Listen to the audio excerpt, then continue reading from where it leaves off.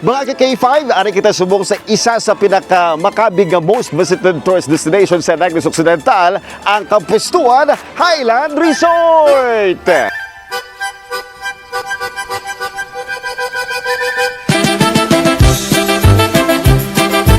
Di niyo ako para tanawon aton kung ano balang unod sa Rooster Hotel ni Kano Guaputan diri sa aton nga biyaheng K5.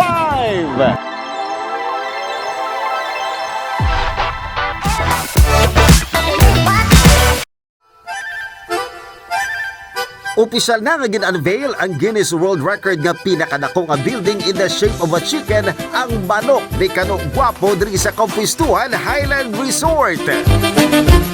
Nang dinapit nga bisita ang mga opisyalis sa Bacolod kag Talisay, wala nakapugong ang ulan sa pagdugok sa mga bisita. Dako kakalipay ni Karotan nga na-recognize ini sa Guinness World Record. So happy almost all the people of City and Bacolod naka-witness ang declaration ng aton Guinness World Records as the largest structure in the shape of a chicken. No? I'm so happy that we were able to make it.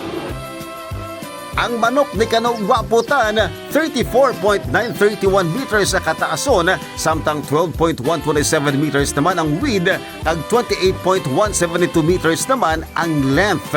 Kag nagauno din niya sang 15 ka hotel rooms. Aton largest structure shaped as a chicken is the first in not only in Negros in the Philippines but in the whole world.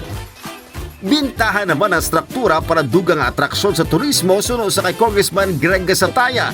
Congratulations, Ged. At the same time, kabalo kita nga dako ang impact sini, epekto sini in terms sa ekonomiya sa bilog na Negros, kag Bacolod man at the same time. No? So congratulations, Ged, again sa kay Mr. Kanota.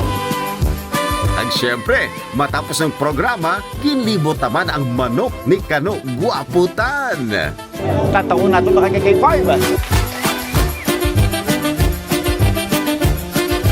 May ara ini siya sa 15 rooms. Tanawon natin kung anong unod sa kada kwarto. Ari. Sa aton nga pagsulod ka K5, grabe, may mga double deck, mga hiligdaan, ho? So perfect gate kung kamo magakanto din nga family, ha? May ara sang makabig naton nga family bed. May double deck man ka K5. Kag diri sa aton nga banyo, wow! As in wow! Kag mga K5, bay balaan mo gid nga dako ang ilasin nga mga rooms because ang tiil pala nga daan sa manok, ho, dako-dako na! Tulo ka pala talakdan sa bulang, dako-dako kayo, ho?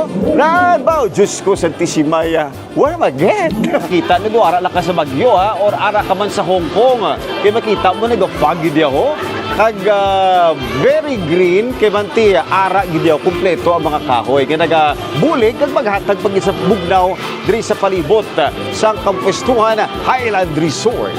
Masaka na kita! Let's go!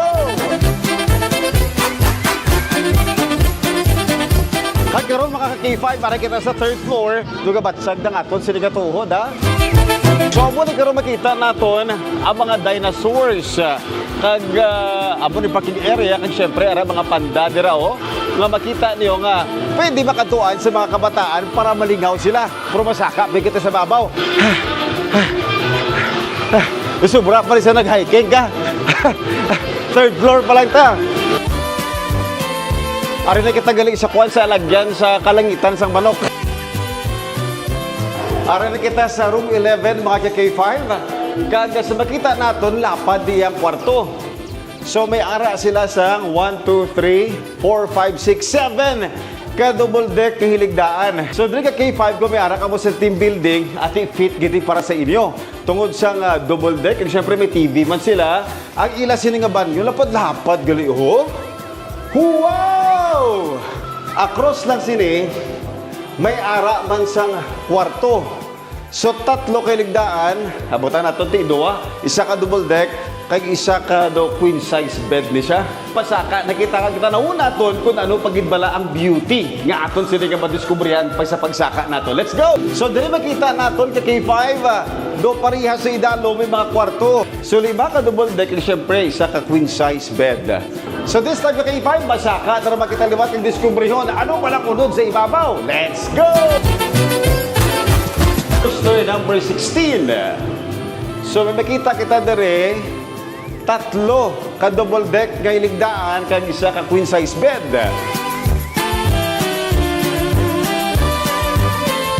Mga K5 muna siyang bugal sa bilog nga Bacolod, bilog nga Talisay, bilog nga Isla San Negros, bilog nga Pilipinas, kang bilog nga kalibutan. Ang pinakadako ang struktura sa manok sa bilog nga kalibutan ang iyani kano guwapotan. So gani mga K5 bantayan nagdiri sa K5 News FM para naman sa aton nga masunod nga biyaheng K5.